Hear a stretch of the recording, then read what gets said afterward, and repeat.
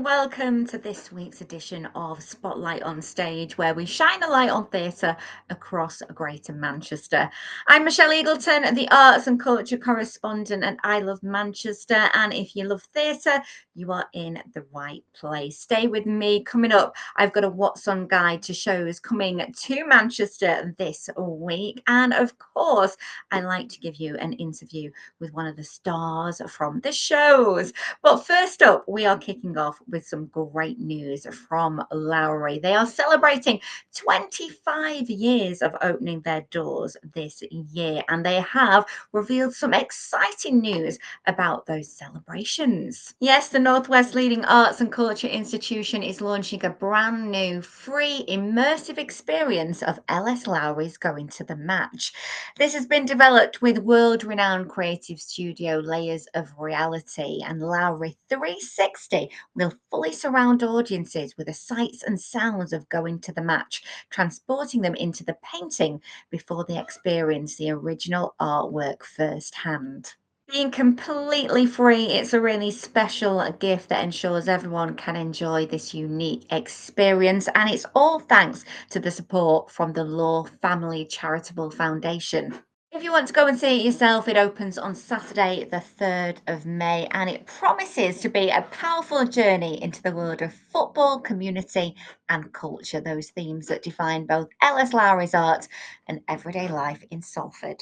And that's just the start of the celebrations for Lowry. There are lots more exciting things planned, and I'll tell you about those in the coming week. So watch this space. Now, staying with Lowry, there is a brilliant production winging its way very soon. It opens on the 18th of March and runs until the 22nd of March. It is, of course, Handbagged, the imagined behind the scenes of two powerful women meeting. Who am I talking about? Well, Margaret Thatcher and Queen Elizabeth II, like you may never have seen or envisaged them before.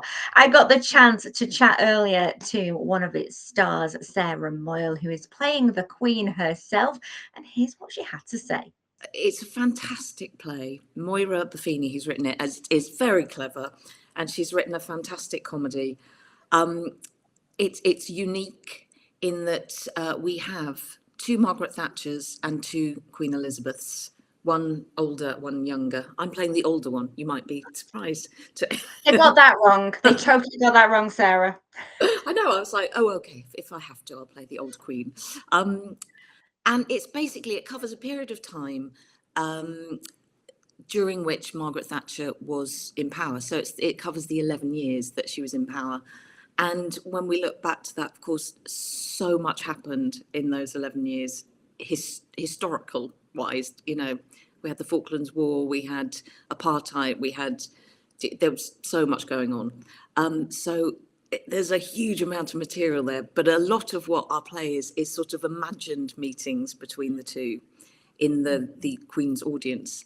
So there's a lot of historical fact, as I say, but also the fun comes in to see these two incredibly powerful women interacting in what sometimes is an imagined way, and also the fact that we have a young Queen and an older Queen and a young Thatcher and an old Thatcher, and all four of us talk to each other. That is amazing. I mean, when do you ever get that? But it is like a bit of a fly in the wall, like you say, of something that could have happened, perhaps. But, you get to see that and be part of kind of the action of these women. And they were strong women. I mean, what is it like playing Queen Elizabeth II? Did you ever imagine in your life you'd be doing that? Not in a million years, although I have been told that I look a bit like her. I think it's the jowls. I think it's showed my face, but not in a million years. But funnily enough, years and years ago, I bought a daft plate with a picture of the Queen in a headscarf on it, sort of like a pop art plate, and it's been hanging outside my bathroom for years. So I've been looking at her face every day for years. It's like manifesting. It's like the universe talking to you. I think I manifested this job, but when I got the audition, I wasn't sure I could do a Queen voice. So it's been an immense challenge, but it's also an incredible honour to play somebody like that. And as you say, you know, whatever you think of either of these women, you can't deny that they're kind of icons and incredibly powerful. So it's fun to play high status. I know. Wow. Do you get people to call you queen off stage as well as on? Well, I do require a little curtsy now and again to me, you know, it's only polite. It does look a lot of fun because it's not just that you're having conversations with the four of you, like you said. I mean, there's some brilliant music in this and like the 80s sounds. Absolutely. And I think this is kind of unique, a unique take, because I don't think previous productions have added this. Sorry, there's that funny noise from the flat downstairs. So yes, we've got some iconic 80s hits in there that sort of they sort of move the scene along to the next scene, but they're also put you right in that era. And for many people who watch it, you know, the minute you hear those chords, you go, oh, I remember that song, and it reminds you of a time. So it's I think a beautiful add-on, and we all get to sing as well. Oh, well, there you go. I mean, absolutely. You've just got to go and see it because of that and those songs, and they do take you back to Yeah, that time, don't they? And you said, you know, that time, that era, these women. There's so much footage out there of them. Is there a pressure at times to get that portrayal right? Have you had to do a lot of homework about, you know, your portrayal of the Queen? absolutely. It's well, we're very fortunate, of course, that there is so much material there. You know, you first stop was straight onto YouTube, and there's reams of material. There's a lot less than you think there would be of her actually just talking when she's not doing speech. But there's so much that helps with the physicality to look at the voice. Obviously, you know, that was a big thing. But also, what we were very anxious to do is not do sort of cartoon versions of these women. And we're not impressionists. You know, what we're giving is an essence of their characters. We're more interested in how the characters behave than getting the most perfect impression. But although I have to say we're doing pretty well with that as well.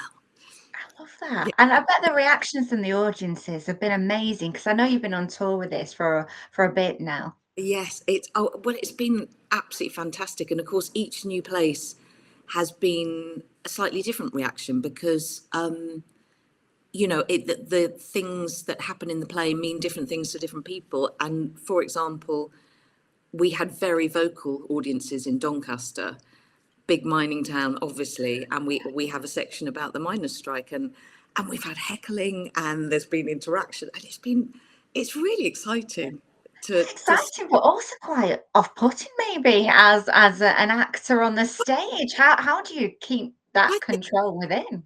I think we've all sort of kind of enjoyed it. We've enjoyed that, you know, the people commenting in real time on what's being said, and you know, people feel very passionate about Margaret Thatcher in particular, and about some of the things she did, and people can't help expressing it vocally. So it has been very exciting, and we do have. I shouldn't. But actually, maybe I won't spoil this, but we have a little interaction as the Oh, royals with I love it. I'm getting a bit of a tease here. This is brilliant. Talking of teases, though, I know that you are a dab hand with a bike. And I think you have been using that bike on tour quite a bit, even going down corridors of theatres. Are you going to be doing that when you come to Lowry? I want to know if you got your bike out. I take my bike everywhere. So I think where I'm staying when we're at the Lowry is a bit further away, so I might have to drive in. But yes, I love my bike. I'm a massive Brompton girl. My folding bike has changed my life a bit, and I do take it all over the place. And Doncaster had these glorious, great, long, wide corridors, so I was able to literally cycle out of the building, which was fabulous. Well, I've got to say, we have got some brilliant kind of little ramps that go throughout the Lowry. So if you're nice to the people that are in the know, they might let you Right. drive your bike down there. So you could do it in your Queen Elizabeth II costume. How about that? That's something I haven't done yet, which I If think I don't see that on social media, Sarah, I will be very that disappointed. that is actually genius. I've done a catwalk as her, but not with my bike, so that's next level. Well, we'll have to keep an eye on her socials and see if she actually does that. Fingers crossed, Sarah. Go on, do it. Now, if you want to catch Sarah in action in Handbagged, it's on from the 18th to the 22nd of March at Lowry. And to get those all important tickets, just head to our website, ilovemanchester.com/theatre. Now, let's take a look what else is on at theatres across Greater Manchester this week. Well, get yourself ready for a truly scrumptious musical as Chitty Chitty Bang Bang comes to town this week. It flies into Manchester's Palace Theatre tomorrow and it runs until Sunday, the 16th of March. It's a timeless story for children and it's also been a famous film back in the 60s. It's about absent-minded inventor Caractacus Potts, who in this production is played by the wonderful Ore Aduba. He restores a broken down old racing car with the help of his children, and soon the family discover the car has magical powers. Alongside him as Grandpa Potts is Emmerdale's Liam Fox, and this comes with a plethora of amazing music. Toot Sweets, Hushabye Mountain, truly scrumptious, and of course, the title song. If you want a heartwarming story, then get yourself down there. And talking of heartwarming stories, well, Glorious definitely does the trick. It's playing at Hope Mill Theatre until the 30th of March, and it's based on the real life story of Florence Foster Jenkins, dubbed the worst singer in the world. Yes, it really is true. She was known for her flamboyant costumes, enigmatic performances, and decidedly off key voice. Now, I went to see this earlier last week. It is amazing. It is funny, but it has so much heart and soul. And there's a brilliant relationship between Florence and her pianist, Cosme, who if you want to know more about it, then do scroll back to the I Love Manchester Theatre Facebook page and catch my interview with the wonderful Wendy Peters, who, of course, plays Florence. Now, there definitely won't be a note off key when it comes to Lowry this week because Opera North comes to town with not one, but two productions.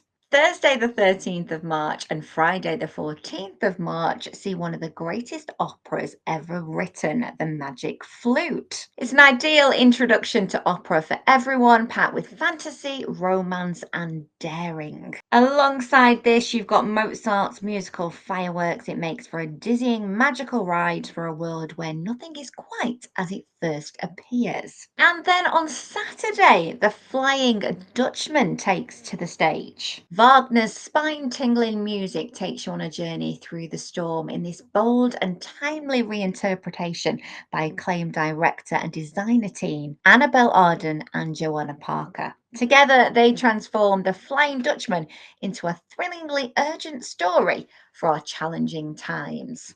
Now, this is sung in German, but it has English subtitles, and it is on, as I mentioned, on Saturday, the 15th of March. Well, some great shows there to catch this week. And if you want to find out any more about them, then all you need to do is head to our website, ilovemanchester.com/theatre, and you can book those tickets right there. Talking about tickets, tickets are now on sale for a thrilling musical, which is making its way back to Manchester in 2026. Yes, it's been just announced The Bodyguard is back. It's going to be at the Opera House from Monday the 19th until Saturday the 31st of January next year. Of course, it is based on the 1992 film starring Whitney Houston and Kevin Costner. It's also been nominated for 4 Olivier Awards and has had sellout tours since it has come to the stage. Casting still to be announced, so I will keep you posted on that one. But what I can guarantee is you will have a host of irresistible classics, including Queen of the Night, One Moment in Time, Saving All My Love to You, and I Will Always Love You. Definitely want to look forward to that one. And I'm already looking forward to next week's Spotlight on Stage. Will you be joining me? I hope so. I'll be back here next Monday with more interviews with stars from the stage, news, and that all important What's On Guide to shows across Greater Manchester. Big thanks to my earlier guest, Sarah Moyle, and I will see you next week. Have a great time till then.